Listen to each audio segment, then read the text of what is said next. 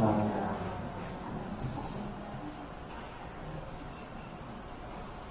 출애굽기 15장 1절에서 18절 말씀 함께 읽었습니다. 이스라엘 백성들이 홍해를 건너고 홍해를 건넌 이후에 쫓아오던 애국의 모든 군대는 홍해 바다 그 밑에 수장되었습니다. 하나님께서 놀라운 일을 행하셨고 하나님께서 이스라엘 백성들을 구원하시는 그 놀라운 기적의 역사를 행하셨습니다. 그래서 그 하나님의 구원의 역사를 경험한 이스라엘 백성들이 하나님을 노래하고 하나님 앞에서 찬양을 하고 있습니다. 오늘 본문은 모세와 이스라엘 백성들이 함께 하나님을 찬양하는 찬양의 내용입니다. 오늘 이 말씀을 통해서 하나님의 말씀 우리에게 주시는 그 교훈을 깨닫기를 소원합니다. 1절 말씀을 보시면 이때에 모세와 이스라엘 자손이 이 노래로 여호와께 노래하니 일러스되 그렇게 시작을 하고 있습니다. 이때에 그렇게 시작하죠. 이때가 언제입니까?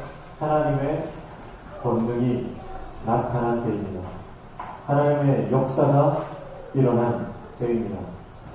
그래서 이때에 이스라엘 백성들이 홍해를 건너고 그 모든 애국에 쫓아오던 군대들은 홍해에 수장된 그 사건, 그리고 나중에 보니까 그 모든 애국의 군대들은 바닷가에 죽어 있었다. 이렇게 말하죠. 14장 30절 말씀 보세요. 그날에 여호와께서 이같이 이스라엘을 애국 사람의 손에서 구원하시되 이스라엘이 바닷가에서 애국 사람들이 죽어 있는 것을 보았더라. 그렇습니다.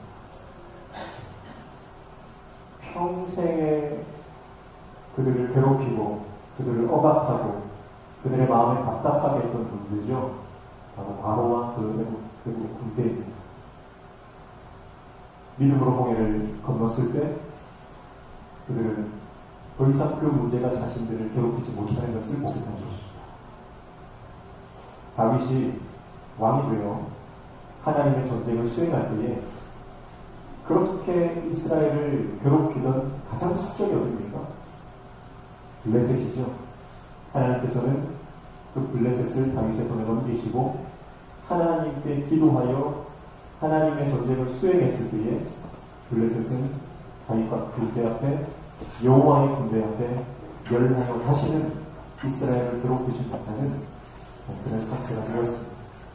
여러분, 우리가 하나님의 말씀을 붙잡고 기도하며 순종하며 나아갈 때에 하나님께서는 우리 평생의 숙제, 우리가 정말 답답한 문제, 해결될 수 없는, 내 힘으로 어떻게 할 수 없는 그 문제를 하나님께서 해결하시고 그 문제가 해결된 것을 우리는 보게 될 줄로 믿습니다. 하나님의 역사죠. 그때가 바로 이때다. 그리고 그때에 모세와 그 백성들이 하는 내용이 뭡니까? 하나님을 찬양하는 겁니다. 여러분, 그래서 찬양이라고 하는 것은 하나님께서 내 삶 가운데 베푸신 구원의 역사를 기억할 때 찬양할 수 있습니다. 하나님께서 내 삶 가운데 베풀어 주신 그 은혜를 우리가 기억하고 잊지 않을 때에 우리는 찬양할 수 있습니다. 내 삶에 감사와 찬양이 나오지 않는 이유가 뭘까요? 그것은 내가 죽을 수밖에 없었던, 멸망받을 수밖에 없었던 내 삶을 하나님께서 그 은혜로 구원해 주셨다라고 하는 사실을 잊어버렸기 때문입니다. 그래서 더 이상 내 입술에서 찬양이 나오지 않는 겁니다. 그러나 여러분, 세상의 그 어떤 복보다, 세상에서 누릴 수 있는 그 어떤 좋은 것보다 하나님이 내 영혼을 구원해 주시고 우리 가정을 구원해 주셨다라고 하는 이 놀라운 구원의 역사가 그 어떤 것보다 귀하고 값진 복인 줄로 믿습니다. 그래서 그 구원의 역사, 하나님의 은혜의 가치를 아는 사람만이 찬양할 수 있어요.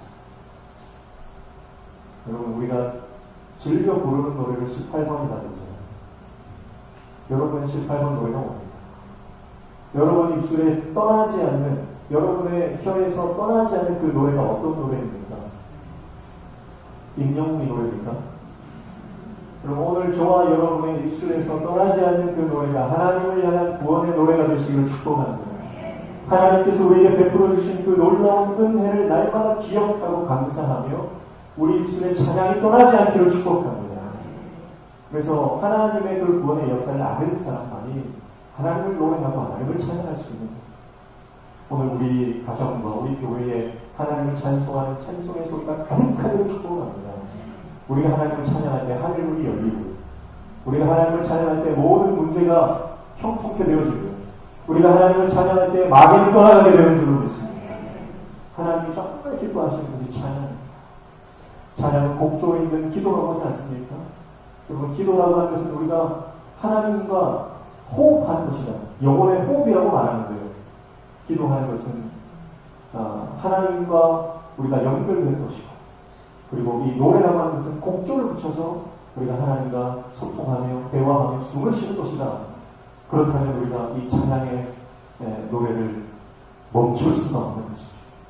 오늘 저와 여러분 인생 가운데 늘 하나님을 찬양하며 하나님을 송축하는 인생 되어주시기를 축복합니다. 하나님의 권능이 나타날 때에, 하나님의 역사가 일어나는 그때에 하나님이 하나님 되심을 드러내시는 것이죠. 우리 인생 가운데 하나님이 하나님 되심이 드러났을 때 우리는 찬양하는 겁니다. 그리고 하나님의 권능이 임한 이때에 이스라엘 백성들이 하나님의 백성임이 또한 드러난 것입니다. 여러분, 우리를 증명하시는 분은 여러분 우리가 스스로를 증명하는 게 아니에요. 하나님이 우리를 증명해 주십니다. 우리가 어떤 존재인지, 우리가 어떤 삶을 살아가는지는 하나님이 증명해 주십니다. 내 힘으로 할 수 없어요. 하나님께서 우리 인생에 우리가 어떤 존재인지, 얼마나 우리가 사랑받고 있는 존재인지, 우리가 얼마나 귀한 존재인지, 우리 존재의 가치를 하나님이 증명해 주시는 줄로 믿습니다. 그 하나님께서 행하시는 일들 앞에서 모세와 이스라엘 백성들을 찬양하는 것이죠. 오늘 저와 여러분의 인생 가운데도 하나님이 그 권능을 드러내시고 하나님이 하나님 되심을 밝혀 보여주시며 우리가 하나님께 속한 자임을, 하나님의 백성임을, 사랑받고 있는 자임을 드러내실 때 우리가 증명되어지는 그때에 하나님을 마음껏 찬양하며 노래하는 인생으로 그렇게 회복되어지는 역사가 일어나게 될 줄 믿습니다. 이때에 노래했습니다. 근데 노래의 내용이 이제 1절 하반절부터 시작되는 거예요. 그래서 1절부터 13절까지를 전반부로 볼 수가 있고요. 이것은 하나님께서 행하신 일들, 그리고 14절부터 18절까지 후반부로 볼 수 있어요. 이것은 이제 하나님께서 이 일들을 통해서 열방에 있는 모든 나라들을 두렵게 하시고 하나님이 하나님 되심을 열방 가운데 준비하시는 그런 사역들을 노래하고 있는 것을 볼 수가 있고, 또 오늘 본문을 읽지 않았지만 19절부터 21절까지는 미리암의 노래, 그래서 여성 파트, 그러니까 앞부분은 남성 파트라고 한다면 뒷부분은 여성 파트의 찬양이다, 이렇게 볼 수가 있습니다. 그래서 반복되는 것을 보게 됩니다. 오늘 이 말씀은요, 시라고 보시면 돼요. 그러니까 그냥 글을 읽듯이, 소설을 읽듯이, 산문을 읽듯이 읽는 것이 아니라 운율을 넣어서, 마치 우리가 옛날 어른들이, 선조들이 창을 하듯이, 그렇게 이것은 고대로부터 전해 내려오는 이스라엘의 민요와 같은 겁니다. 그래서 이것은 운율을 넣어서 정말 시적 그런 감각을 가지고 이 찬양을 할 때 이 찬양이 정말 맛이 나는 거예요. 그냥 산문 읽듯이 쭉 읽어 내려가면 그 맛이 살지 않는다, 이렇게 보시면 됩니다. 그 내용을 보시면 1절 하반절에 이렇게 말씀하죠. 내가 여호와를 찬송하니 그는 높고 영화로우시며 말과 큰 그 탕자를 바다에 던지셨습니다. 이렇게 말씀하고 있습니다. 2절에도 보시면 여호와는 나의 힘이요 노래시며 나의 구원이시로다. 그는 나의 하나님이시니 내가 그를 찬송할 것이요 내 아버지의 하나님이시니 내가 그를 높이리로다. 이렇게 말씀하고 있습니다. 누구 노래입니까? 이스라엘 공동체의 노래입니다. 우리가 하는 노래입니다. 그런데 우리가 라고 말하지 않습니다. 누가 하나님을 찬양합니까? 내가 하나님을 찬양한다. 모세와 이스라엘 백성들 그 전체가 하나님을 노래하지만 이 우리가 전체가 하나님을 찬양합니다, 이렇게 고백하지 않고요. 내가 하나님을 찬양합니다. 내가 하나님을 높입니다. 내가 하나님을 기억합니다. 그렇게 찬양하는 거죠. 구원의 사건은 나의 사건, 1인칭의 사건이다라고 하는 것을 말씀하고 있는 겁니다. 여러분, 여기 많은 사람들이 함께 모여서 예배하지만 하나님께서 주시는 말씀을 나의 말씀으로 받고 내가 은혜를 받아야 하는 줄로 믿습니다. 그래서 구원이라고 하는 건 하나님의 은혜라고 하는 것은요, 많은 사람들이 그 길로 간다고 내가 평생에서 갈 수 있는 것이 아니라는 거예요. 구원의 사건은 나와 하나님의 1대1의 사건입니다. 내가 구원받아야 됩니다. 내가 은혜를 받아야 됩니다. 많은 사람들이 은혜를 받아도 나는 거기에서 소홀될 수 있는 거예요. 오늘 저와 여러분의 인생 가운데 하나님의 그 구원의 역사와 하나님의 그 은혜의 사건이 나의 사건으로 받아들여지는 귀한 은혜가 있기를 축복합니다. 기억하십시오. 믿음은 예의치입니다. 하나님 앞에서 내가 단독자로 서는 거예요. 하나님 앞에서 내가 홀로 서야 할 것입니다. 마지막 우리가 인생을 마감하고 주님 앞에 갈 때는요, 여러분의 그 누구도 있을 수 없어요. 하나님은 나에게 보십니다. 내 안에 예수가 있느냐, 내 안에 믿음이 있느냐를 보십니다. 부모가 얼마나 잘 믿었느냐, 믿음의 몇 대 가문이냐, 믿음의 명문 가문을 이루었느냐, 그런 거 물어보시지 않으십니다. 하나님은 마지막 때에 우리에게 물으실 때에 네 안에 예수가 있느냐, 너의 심령 안에 십자가가 있느냐, 너의 마음 안에 하나님의 믿음이 있느냐, 그것을 물어보시는 거죠. 오늘 저와 여러분의 인생 가운데 하나님 앞에서 단독자로 서서 하나님의 은혜가 나의 은혜가, 하나님의 말씀이 나의 말씀이 되고 하나님의 구원의 역사가 나의 역사가 되는 그런 놀라운 복을 누리시는 저와 여러분을 축복합니다. 전체가 함께 누르지만 그러나 각자의 신앙의 고백이 터져 나온다는 거예요. 그래서 오늘 저와 여러분의 인생, 우리 교회 공동체 안에도요, 하나님께서 우리 명식교회를 구원의 놀라운 그 방주로 사용하시고 구원의 열차로 사용하실 줄 믿습니다. 그러나 이 구원의 공동체 안에 각자의 신앙 고백이 있어야 되는 거예요. 각자의 은혜의 사건이 있어야 되는 거예요. 그냥 뭉뚱그려서 전체로 가면 안 됩니다. 함께 가야 돼요. 내가 만난 하나님이 있어야 돼요. 내가 경험한 하나님의 은혜가 있어야 돼요. 내가 체험한 그 하나님의 역사가 반드시 필요한 겁니다. 그래서 주일날 교회만 왔다 갔다 마당만 받고 돌아가고 주일날 일주일에 한 번만 예배 드리고 끝나는 삶이 아니라 이 예배가 시작이 되어 일주일 내에 매일매일의 삶을 하나님과 동행하며 예수 동행의 삶을 살아가는 저와 여러분 되시기를 축복합니다. 그렇게 날마다 주님을 경험하고 구원의 역사가 다른 사람의 역사가 아니라 나의 역사, 나에게 주시는 하나님의 은혜가 될 때 우리 그 하나님을 노래하고 찬양할 수 있는 거죠. 오늘 저와 여러분 인생 가운데 그런 하나님의 놀라운 구원의 은혜, 그것이 나의 은혜가 나에게 주시는 하나님의 역사가 되는 귀한 은혜를 누리시기를 축복합니다. 그래서 하나님께서 하신 일이 뭐냐면 말과 흙한 자를 바다에 던지셨다. 그렇게 말했어요. 바다에 던지셨다. 여러분, 구원이라고 하는 것은 양면성이 있다고 했어요. 하나님이 구원하실 때 하나님 편에 서 있는 사람에게는 구원의 사건이 되죠. 그러나 하나님 반대편에 서 있는 사람에게는 심판의 사건이 된다고 했습니다.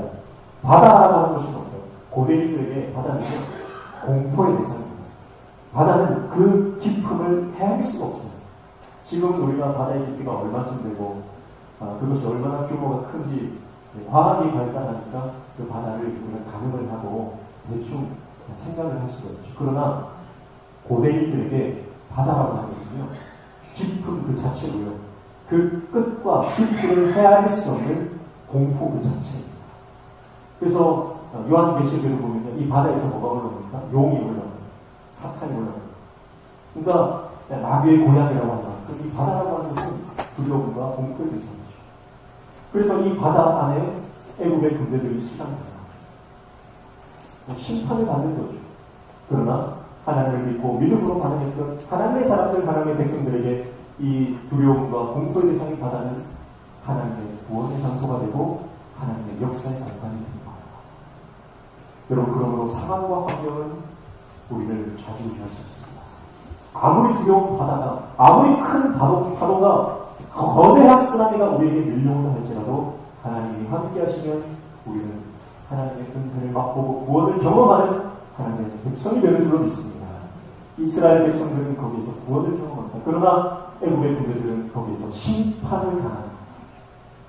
그리고 오늘 같은 공간에 있는 이스라엘 백성들과 애국의 군대들이 완전히 다른 결과를 맞이하는 것처럼 오늘 같은 세상을 살아가는 저와 여러분 인생 가운데 세상 사람들은 이 땅에 결국이 멸망이요 결국은 지옥이나 같이 오늘 같은 인생을 살아가는 저와 여러분이 같이 하나님을 믿고 하나님을 향한 그 구원의 감격을 가지고 믿음을 포기하지 않고 믿음의 자리를 고수하는 저와 여러분에게는 하나님께서 생명과 구원의 길로 우리를 이끌고 가시는 줄로 믿습니다.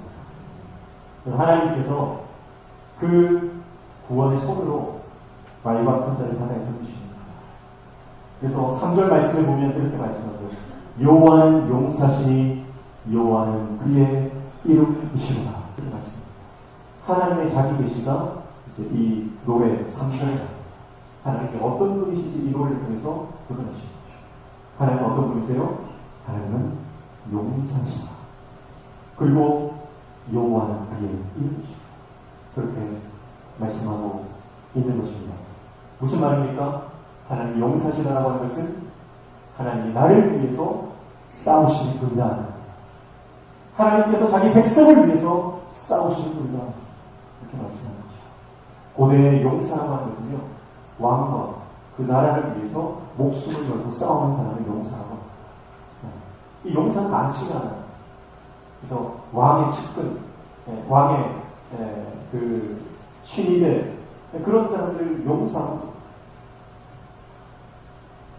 하나님이 우리의 용사가 되십니다. 하나님께서 우리를 위해서 싸우시는 전사가 되시고 워리어가 되십니다. 여러분, 하나님께서 오늘도 저와 여러분을 위해서 우리 가정과 우리 식구들과 우리 자녀들을 위해서 지금도 일하시고 싸우시는 분인 줄로 믿습니다. 하나님은 지금도 우리 교회와 공동체와 우리 구역 식구들과 우리 모든 성도들의 가정과 삶을 책임지시고 지키시며 싸우시며 일하시는 분인 줄로 믿습니다. 그분이 우리 하나님입니다. 하나님의 구원을 경험했던 모세와 이스라엘 백성들은 그 사실을 깨닫습니다. 내가 한 것이 아무것도 없지만 하나님이 나를 위해서 일하셨구나. 하나님이 나를 위해서 싸워주셨구나. 그것을 깨닫는 거야. 14장 14절 말씀 보세요. 출애굽기 14장 14절 말씀을 보면 이렇게 말씀하죠. 여호와께서 너희를 위하여 싸우시리니 너희는 가만히 있을지니라. 이렇게 말씀하고 있습니다. 여러분, 여호와께서 우리를 위해서 싸워주신다. 이렇게 말씀하는 것이죠.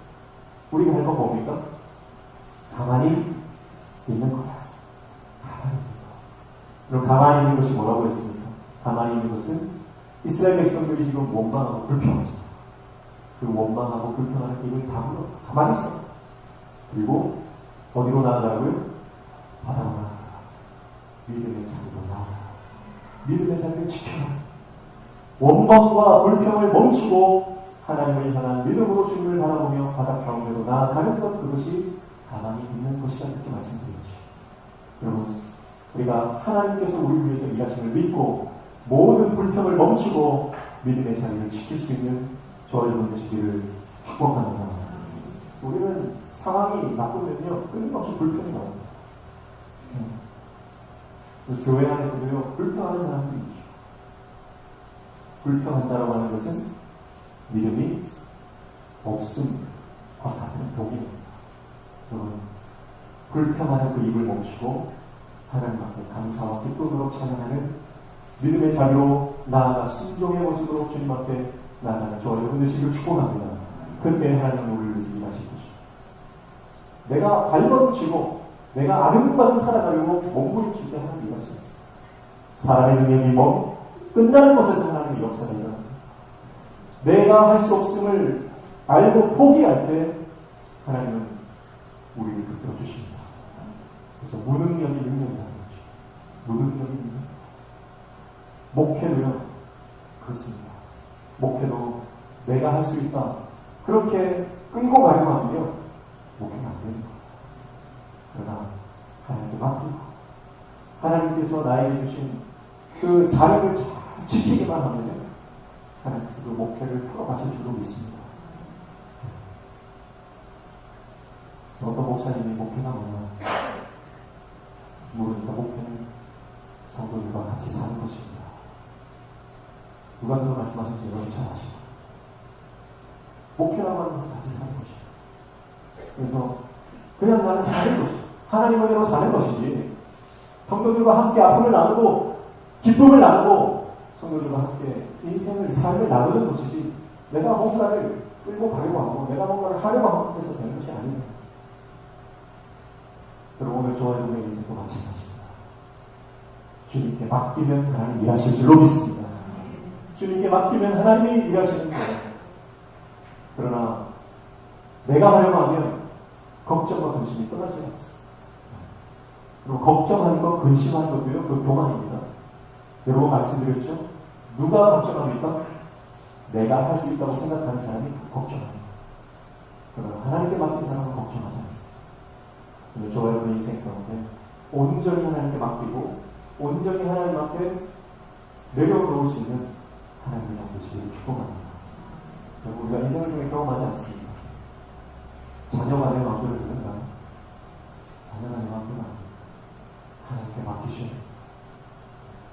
주님께 맡기고 하나님 앞에 기도할 때에 하나님께서 그 자녀를 책임지시는 줄로 믿습니다. 그래서 내가 살든지 죽든지 우리 가정이 잘 되든지 안 되든지 딱 맡기고 하나님께 맡기면 내가 살아도 복이요 죽어도 복이지. 하나님께 맡기면 내가 잘 되도 복이요 내가 실패도 복이요. 하나님 안에서 그것을 우리가 깨닫게 되는 줄로 믿습니다. 그래서 14장 24절 25절 말씀을 보면 이렇게 말씀하죠.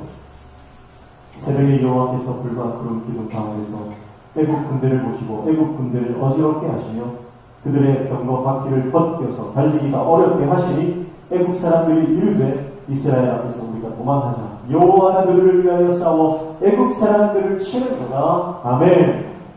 하나님께서 그 애국 군대를 병거 바퀴를 직접 뽑아내십니다. 그들을 치시는 겁니다. 그래서 애국 사람들, 애국의 군대가 인정하고 고백합니다. 하나님이 여호와가 이스라엘 백성들을 위해서 싸우시고 그러므로 우리는 도망가자. 그렇게 고백하는 것이죠.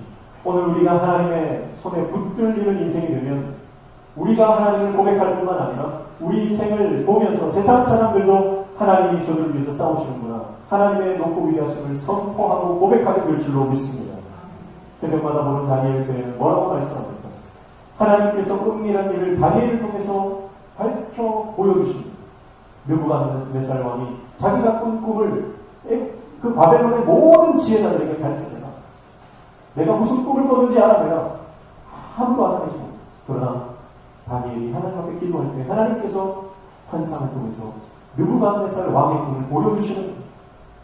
그리고 그 꿈을 왕 앞에 나아가 말하고 그 꿈을 해석해 주었을 때 느부갓네살 왕이 다니엘 앞에 엎드려 절하며 여호와는 참된 하나님이시다. 온 땅의 주제가 되신다. 그렇게 고백하는 것이죠. 다니엘이 하나님 앞에 기도하고 상황과 환경과 급박하게 전개되어지는 위급한 상황 가운데 감정이나 상황에 매몰되지 않고 믿음으로 나아가 기도할 때에 여러분 다니엘을 통해서 이방의 왕이 당대를 통치하는 최고 권력의 정점에 있던 그 제패자가 하나님이 참된 하나님이시라고 고백하는 역사가 일어나는 것이죠. 오늘 하나님께서 저와 여러분의 삶을 통해서도 우리의 삶을 통해 하나님이 하나님 되심을 드러내기를 원하시는 줄로 믿습니다. 그 일이 어떻게 가능합니까? 그것은 오직 우리가 하나님의 구원을 바라보며 믿음의 자리를 지킵니다. 우리 입에서 원망을, 불평을 멈출 때 그 역사가 일어나게 되는 줄로 믿습니다. 창세기 12장 3절 말씀에도 하나님께서는 아브라함에게 이렇게 약속의 말씀을 주십니다. 너를 축복하는 자에게 복을 내리고 저주하는 자에게 저주하니 땅의 모든 족속이 너로 말미암아 복을 얻을 것이라. 그렇게 말씀하죠. 그래서 아브라함을 축복하는 자에게 하나님이 복을 내려주시고 아브라함을 저주하는 자에게는 하나님이 저주하겠다. 내가 그에게 저주를 내리겠다. 그렇게 말씀하시죠. 믿음으로 사는 사람 하나님 책임져 주신다는 아이예요. 믿음으로 하나님 앞에 붙들려 살아가는 사람 하나님께서 반드시 그 삶을 인도해 가신다는 말이죠. 오늘 저와 여러분의 인생 가운데도 동일한 아브라함의 복에 근원되는 놀라운 축복이 우리에게도 임하는 줄로 믿습니다. 믿음으로 살아가는 저와 여러분 되어서 아브라함의 복을 다 받아들이시고 축복합니다. 근데 여러분 이 말씀에 우리가 오해하지 말아야 하는 것은요. 여러분 복을 내리고 저주를 내리시는 분이 누구예요? 하나님이에요. 내가 복을 내리, 내가 저주를 내리겠다 그렇게 말씀하지 아브라함이 누구를 복을 주고 누구를 저주하는 게 아니에요. 많은 목회자들이 이 말씀을 가지고 하나님의 종에게는 축복권과 저주권이 있다 그렇게 설명하는 분들이 많아요. 그런 틀이 있습니다. 이 말씀을 가만히 보세요. 저주와 축복의 그 주체는 하나님이시지 아브라함이 아닙니다. 여러분, 그래서 우리는 누군가를 저주하는 인생이야. 축복권이 있어요. 말씀을 보면요, 하나님께서 이스라엘 제사장과 또 그 아비들에게는요 자녀를 축복하고 공동체를 축복하고 축복권을 주셨어요. 그러나 우리는 누군가를 저주하는 인생이 아니라는 거예요. 그래서 목회자가 목회자에게 함부로 하면 저주받는다 그러면서 그런 협박을 하면요 눈하나 깜짝 안 하셔야 됩니다. 우리는 하나님께서 우리 인생을 책임지는 인생이지 누가 우리를 저주한다고 그 저주가 임하는 인생이 아니라는 거예요. 저 여러분 인생 가운데 내 모든 삶의 주권이 하나님께 있음을 알고 하나님께서 내 삶에 복을 주시는 것임을 우리가 인정하며 그 하나님의 놀라운 은혜를 붙들고 나가는 하나님의 종되심을 축복합니다. 때로는 우리의 원수가 있어. 날 괴롭히고 보살피고 이유 없이 아무 까닭 없이 우리를 음해하고 나를 곤란하게 만드는 사람들이 있어요. 그런데 그 사람도 여러분 하나님이 책임지시잖아요. 하나님이 알아서 처리해 주신다. 여러분 그것을 믿고 여러분 사람에게 반응하지 마시고 하나님을 바라보시는 것이 축복합니다.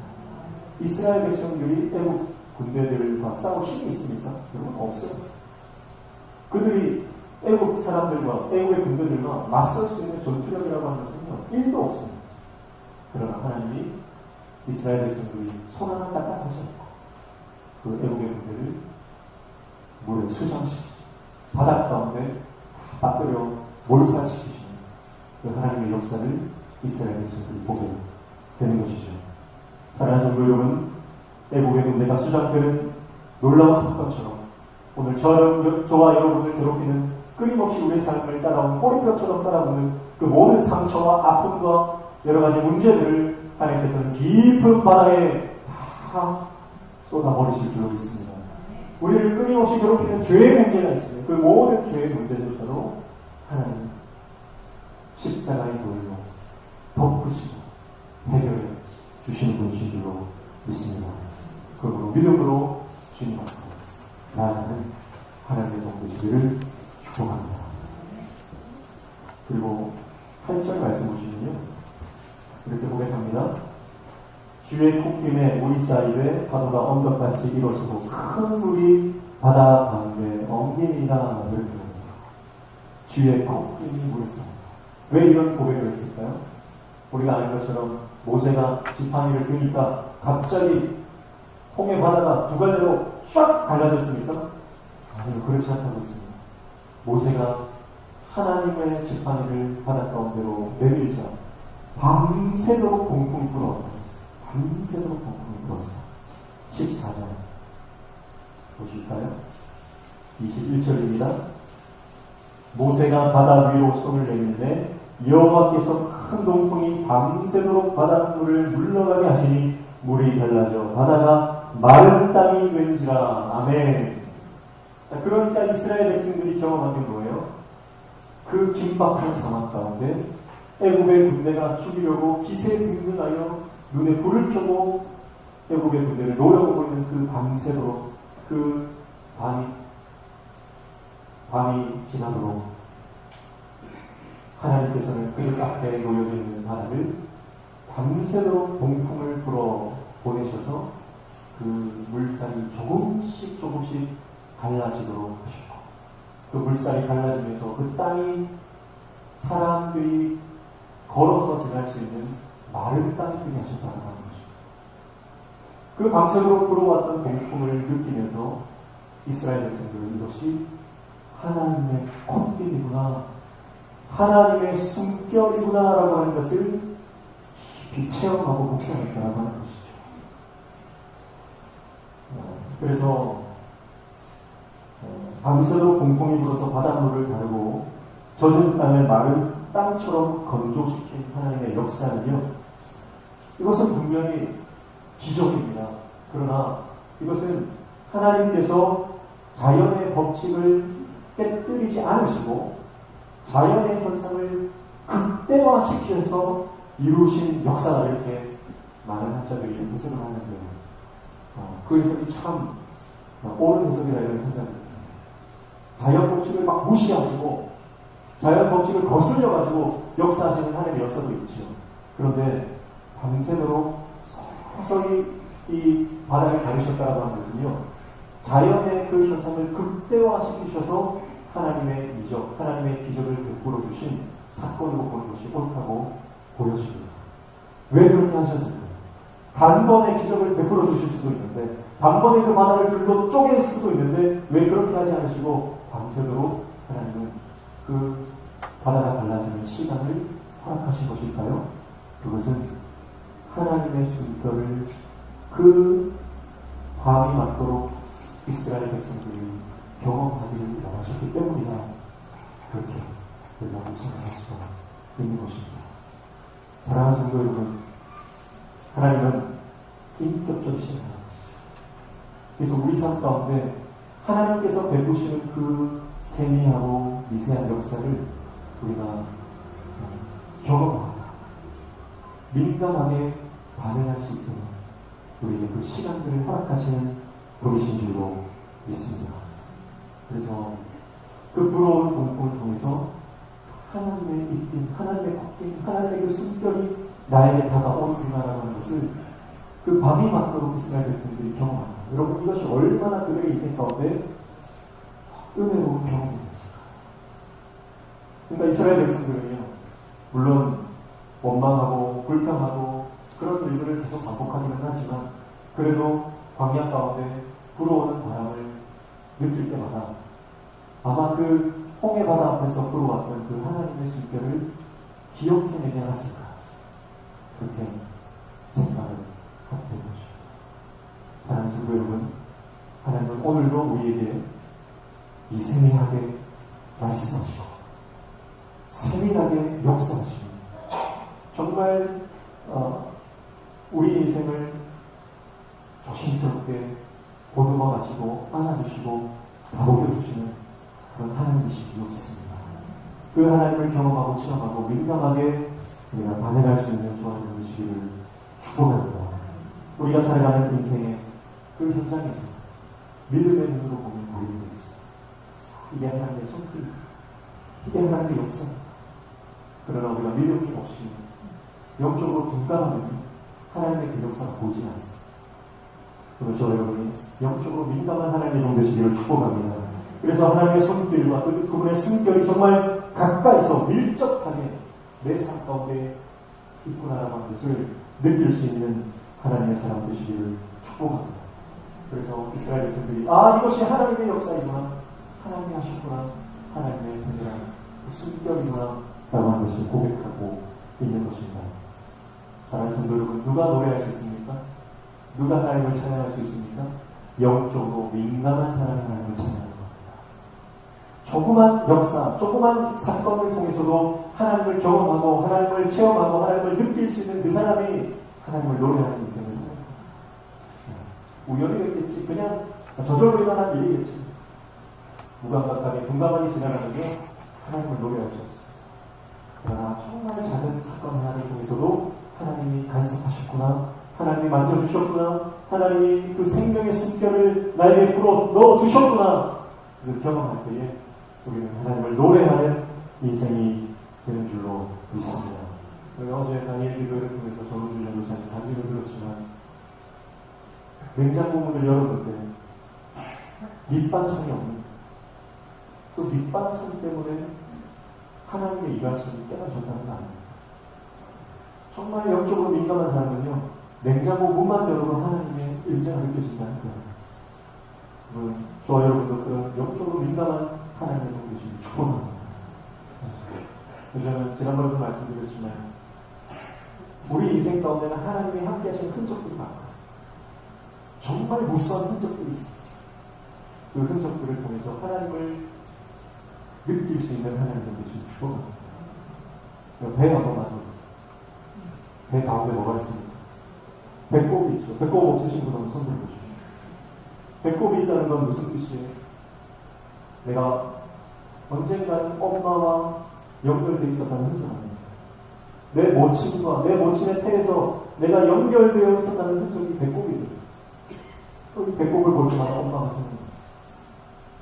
생각나요. 내가 살아가는 순간순간 작은 것 하나, 내 신체 부위, 작은 신체 부위를 봐도 여러분 민감한 사람은 부모를 생각하고 또 영적인 부모인 우리 아버지 하나님을 떠올리게 되는 줄로 믿습니다. 그래서 주일 예배 마치고 교회 문을 나서면서 하나님 안녕히 계십시오. 다음 주에 만납시다 하고 나가지 마시고요. 한 주일 내내 그 아버지와 동행하는 하나님의 종되시길 축복합니다. 그렇게 우리 노래합니다. 이번 한 주간 동안 특별히 하나님을 더 많이 찬양하고 더 많이 노래하는 하나님을 영화롭게 하는 저와 여러분 되시기를 주님의 이름으로 축복합니다. 14절부터 16절까지 보면 이렇게 말씀하죠. 여러 나라가 듣고 떨며 블레셋 주민이 두려움에 잡히며 에돔 두령들이 놀라고 모압 영웅이 떨림에 잡히며 가나안 주민이 다 낙담하나요. 놀람과 두려움이 그들에게 임하며 주의 팔이 틈으로 그들이 돌같이 침묵하였어. 여호와여 주의 백성이 통과하기까지 곧 주께서 사신 백성이 통과하기까지 하였나이다. 무슨 말씀합니까? 여러 나라 블레셋과 에돔과 모압과 가나안 주민 그 모든 이방의 백성들이 이 애굽의 군대가 수장되었다는 사건을 듣고 두려웠던 겁니다. 여호와가 누구시기에, 하나님이 어떤 분이시기에 하나님을 믿는 이스라엘 백성들을 저렇게 구원하시는가. 모든 열방에 있는 펼쳐져 있는 이방 백성들이 하나님에 대한 두려움, 이스라엘 백성에 대한 두려움을 가지게 된다는 거예요. 여러분, 이 사건이 없었다면 이스라엘 백성들이 가나안 땅에 들어가는 것이 녹록지 않습니다. 쉽지는 않습니다. 왜냐하면 그들이 가나안 주민들이 볼 때 이스라엘 백성들은요 아무것도 아닌 거예요. 이들은 오합지졸이에요. 정말 평생 430년 동안 포로로 지내다가 겨우 탈출한 난민일 뿐입니다. 그들 눈에는 그렇게 비칠 수밖에 없는 거예요. 그러나 애굽의 군대가 수장되는 사건을 통해서 더 이상 이스라엘 백성들은 난민이 아닙니다. 이스라엘 백성들은 그냥 탈출자들이 아닙니다. 그들의 눈에 이들은 여호와의 군대로 보이는 겁니다. 여러분, 하나님이 하신 일이 이렇습니다. 여러분, 더 이상 우리는 패전병이 아닙니다. 우리는 나라를 잃은 난민이 아닙니다. 우리는 실패자가 아닙니다. 여러분, 우리가 하나님 손에 붙들리면 하나님이 하시는 그 일들을 통해서 세상 사람들은 우리를 여호와의 군대로 보고 하나님의 놀라운 백성으로 보게 되는 줄로 믿습니다. 우리의 정체성이 바뀌는 것이고 세상 사람들 우리를 보는 눈이 시선이 바뀌게 되는 것이죠. 그래서 왜 하필이면 바다 앞으로 우리를 이끄십니까? 왜 하필이면 사방이 막힌 이 막다른 골목으로 우리를 이끄십니까? 불평하고 원망하는 이스라엘 백성들이 깨닫지 못한 것이 뭡니까? 하나님이 왜 이런 일들을 통해서 가나안 땅에 입성한 그 일을 계획하시는지를 깨닫지 못했던 거예요. 그러나 이 백성들이 이후에 깨닫습니다. 모든 백성들이, 모든 열방의 이방 나라 사람들이 우리를 두려워하게 만들고 하나님을 경외하게 만들기 위해서 하나님께서 이런 시련을 주셨구나라고 하는 것을 깨닫는 것이죠. 지금은 우리가 깨닫지 못합니다. 지금은 우리가 알지 못하더라도 우리가 당하는 고난이 왜 이런 고난을 나만 겪어야 되고 왜 이런 시련을 내가 겪어야 합니까? 우리가 지금은 깨닫지 못할지라도 하나님의 때에 하나님의 계획이 드러나는 역사가 될 줄 믿습니다. 그러므로 지금 보이지 않는다고 난감하거나 절망하지 마시고 하나님의 신실하신 계획을 믿고 신뢰함으로 끝까지 믿음의 여정을 잘 달려나가는 평대를 향해 달려가는 저와 여러분 되시기를 축복합니다. 때때로 우리가 실패할 수 있습니다. 때때로 우리가 넘어질 수 있습니다. 때때로 우리가 난감하여 쓰러져 아무런 힘이 없을 때도 있습니다. 그러나 그때도 하나님은 우리에게 숨겨진 길을 열어주시고 우리를 그 믿음의 길로 걷게 하시며 그리고 그 길 끝에서 하나님을 찬양하며 하나님의 계획을 발견하는 놀라운 은혜와 역사를 우리 삶 가운데 행하시는 분이신 줄로 믿습니다. 너는 다 계획이 있구나. 그런 유명한 말 아시죠? 여러분, 인간의 계획은 한계가 있습니다. 그러나 하나님의 계획은 완벽한 줄로 믿습니다. 하나님만이 완벽한 계획과 우리 삶을 예비하신 분입니다. 그래서 17절 말씀입니다. 주께서 백성을 인도하사 그들을 주의 기업의 산에 심으시니 여호와여 이는 주의 초소를 삼으시려고 예비하신 것이라 주여 이것이 주의 손으로 세우신 성소로소이다. 아멘. 이 모든 일들이 하나님이 예비하신 것입니다. 할렐루야. 하나님께서 우리 삶도 그렇게 예비하시는 줄로 믿습니다. 하나님 예비하신 것. 그래서 그 예비하신 하나님, 그 오늘 본문에 보면요 계속해서 반복되는 그 한 가지 단어가 있는데요. 그게 뭐냐면 하나님의 손이라고 합니다. 하나님의 손. 말씀을 보시면요 15장 1절부터 바다에 던지셨습니다. 던지려면 뭐를 사용해야 되죠? 손을 사용해야 돼요. 손으로 던지는. 그리고 2절에도 요한은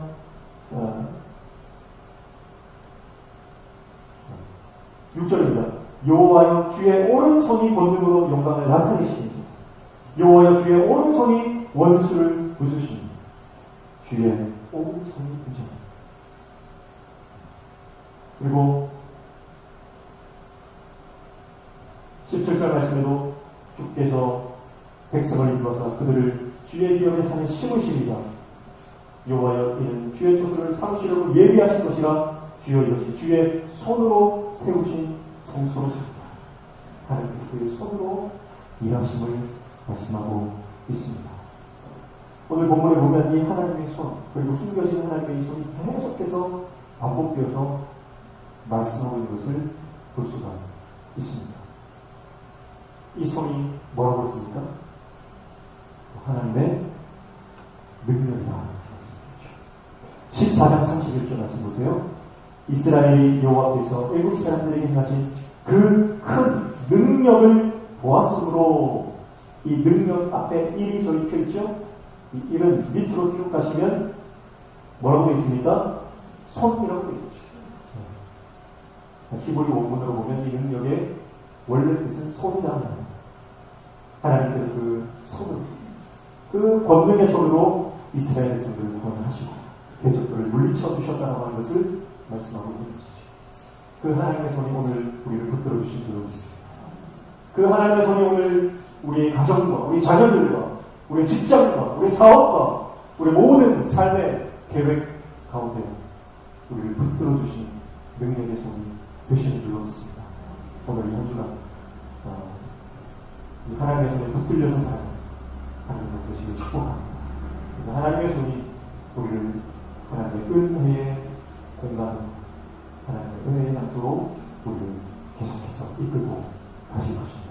그 은혜를 누리며 하나님을 마음껏 찬양하며 하나님을 영화롭게 하는 복된 삶을 살아가는 저와 여러분 되시기를 주님의 이름으로 축복합니다.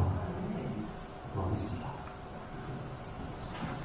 하나님 아버지, 하나님의 크신 손이 지금도 우리를 인도하시며 우리를 간섭하시며 우리 삶을 붙들어 주시는 줄로 믿습니다.